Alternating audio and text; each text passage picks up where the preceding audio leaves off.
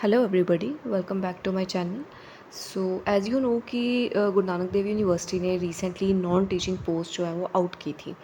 उसमें से clerk cum junior data entry operator की भी एक पोस्ट थी। और मैं आपको बता दूं कि इसमें जो है वो 3 स्टेप्स हैं। लाइक आपका सबसे पहले पेपर ए पंजाबी क्वालिफाइंग होगा, उसके बाद आपका थ्योरी टेस्ट होगा which is of 60 marks, and then आपका प्रैक्टिकल होगा। थ्योरी टेस्ट और प्रैक्टिकल के बेस पे आपकी मेरिट बनेगी और उसी के बेस पे आपकी सिलेक्शन होगी।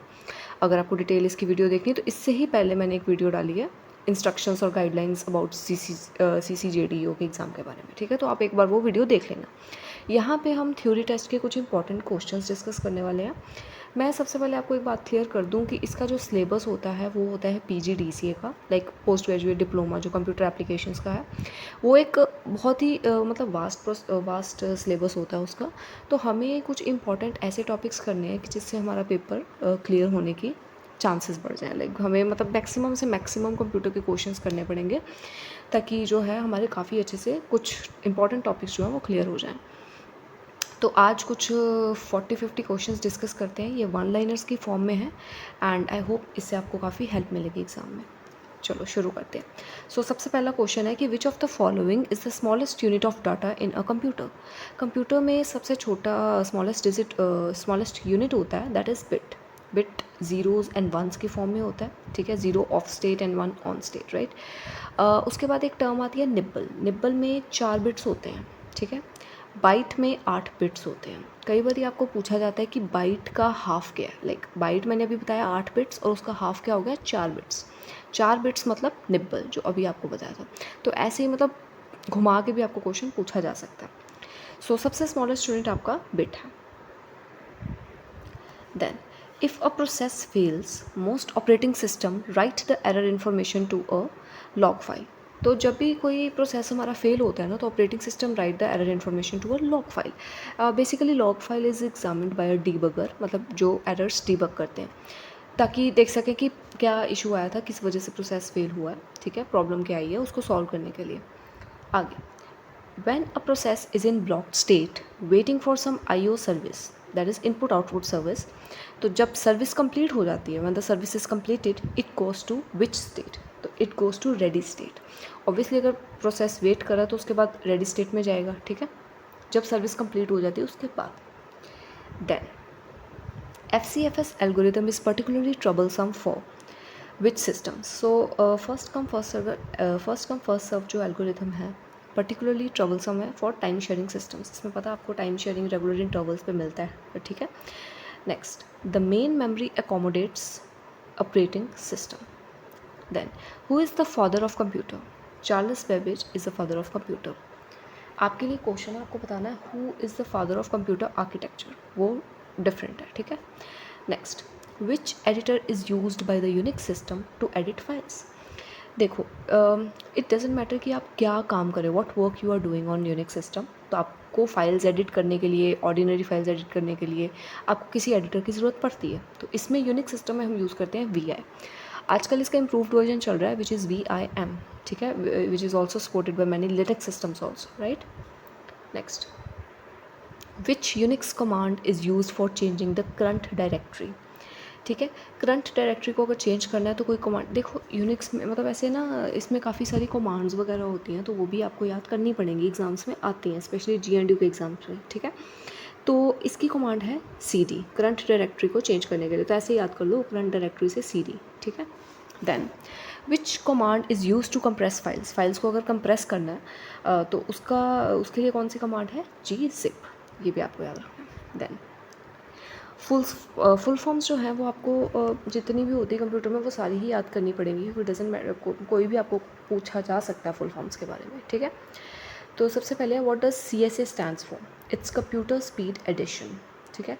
अब आप एक फुल फॉर्म मेरे को बताना है HTTP के बारे में, ठीक है, आगे वैसे क्वेश्चन आएगा उसका।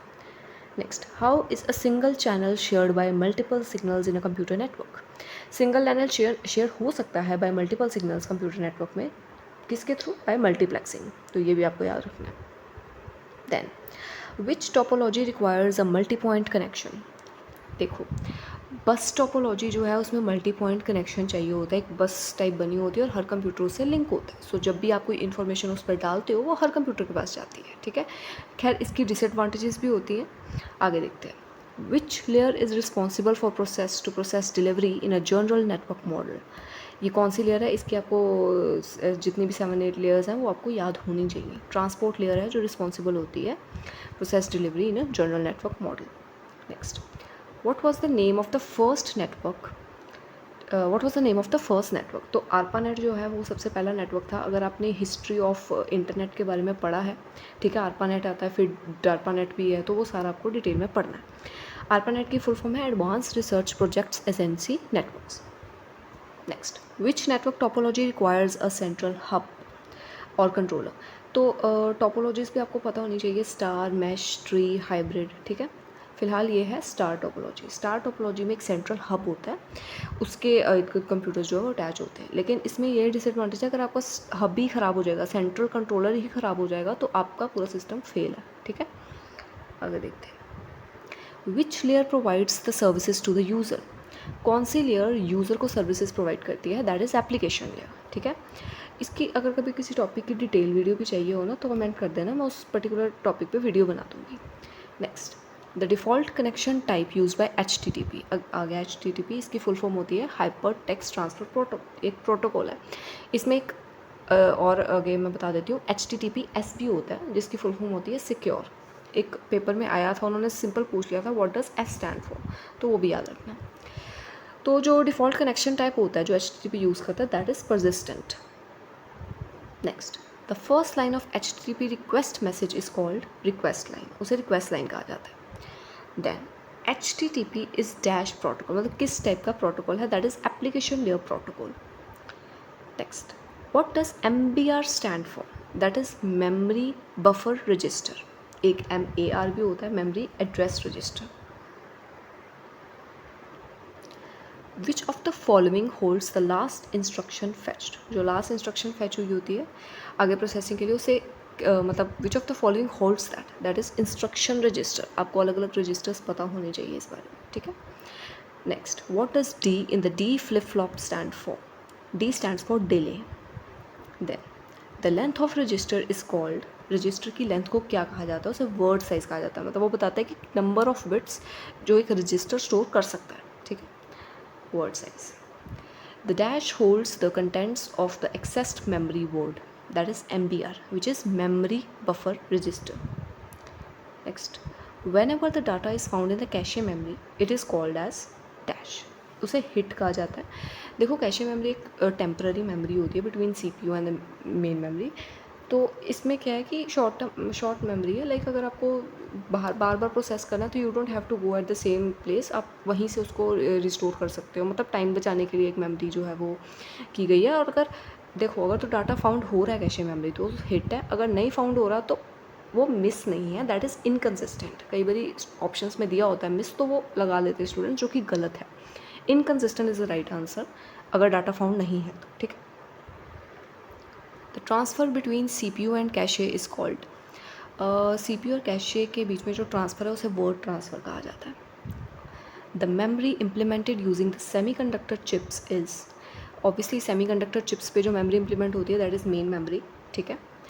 Next, if M denotes the number of memory locations and N denotes the word size, then an expression that denotes the storage capacity is, storage capacity जो होती है वो memory locations कितनी है उसको multiply कर दो word size से, वही आपका formula होता है storage capacity का। So it's M cross N, that is M multiplied by N. Next, question 29th, the operation that does not involves clock cycle, जिसमें clock cycle नहीं involve होता उसे कहते हैं installation of a device. Next, word length of a personal computer. तो PC की word length क्या होती है, that is 8 bits. Dash is also called an auxiliary storage, secondary memory. Secondary memory को ऑक्सिलरी स्टोरेज भी कहा जाता है। Then magnetic tape is a type of dash access device, that is sequential access device, ठीक है। ये आपको याद रखना है, ये मेमोरी वाले टॉपिक में कवर किया जाता है। सेमीकंडक्टर मेमोरी, रैम, रोम और उसके आगे टाइप्स, और उसमें हम पढ़ते हैं ये, ठीक है। दो होते हैं, सिक्वेंशियल और एक डायरेक्ट एक्सेस, ठीक है। Next, the dots on the magnetic tape represent binary digits. Next, tape drive is connected to and controlled by, obviously tape drive को कंट्रोल किया जाता है by tape controller. The number of sectors per track on a magnetic disk, देखो magnetic disk में sectors और tracks sectors बने होते हैं, तो कितने कहता है number of sectors per track पे मैग्नेटिक डिस्क पे कितने होते हैं, 8 होते हैं या उससे ज़्यादा, ठीक है। Generally there are dash bytes in a sector, मतलब जनरली कितने बाइट्स होते हैं सेक्टर में, 512, 512। Next, the technology used in optical discs is, optical disc में टेक्नोलॉजी यूज़ की जाती है laser beam. Then Winchester disks are type of magnetic disks. Dash is design to solve a specific problem और to do a specific task. Application software को design किया जाता है एक स्पेसिफिक प्रॉब्लम सॉल्व करने के लिए। ऑब्वियसली जैसे हमारा फ़ोन वगैरह कोई ओन होता है एंड्रॉयड वगैरह, तो वो तो ऑपरेटिंग सिस्टम है, सिस्टम सॉफ्टवेयर है वो, ठीक है। और अगर हमें कोई पर्टिकुलर, वो तो हर फ़ोन में होगा ही, उसकी तो ज़रूरत है बाय डिफ़ॉल्ट, ठीक है। लेकिन किसी पर्टिकुलर प्रॉब्लम के लिए हमें कोई चीज़ चाहिए तो उसे एप्लीकेशन सॉफ्टवेयर कहते हैं। जैसे व्हाट्सएप, वो हमें यूज़ करना है, वो कोई ना भी करे तो उसकी कोई दिक्कत नहीं है, लेकिन सिस्टम सॉफ्टवेयर तो होता ही है हर किसी फ़ोन में, ठीक है। Assembler is use as a translator for low level languages, ये याद रखना, असेंबलर जो होता है ट्रांसलेटर होता है लो लेवल लैंग्वेजेस के लिए। What do you call a program in execution, अगर कोई प्रोग्राम एग्जीक्यूशन फेज में है तो उसे क्या कहा जाता है, process. Then OSS stands for open source software. Next, public domain software is usually community supported. Then storage of firmware is called ROM, that is read only memory.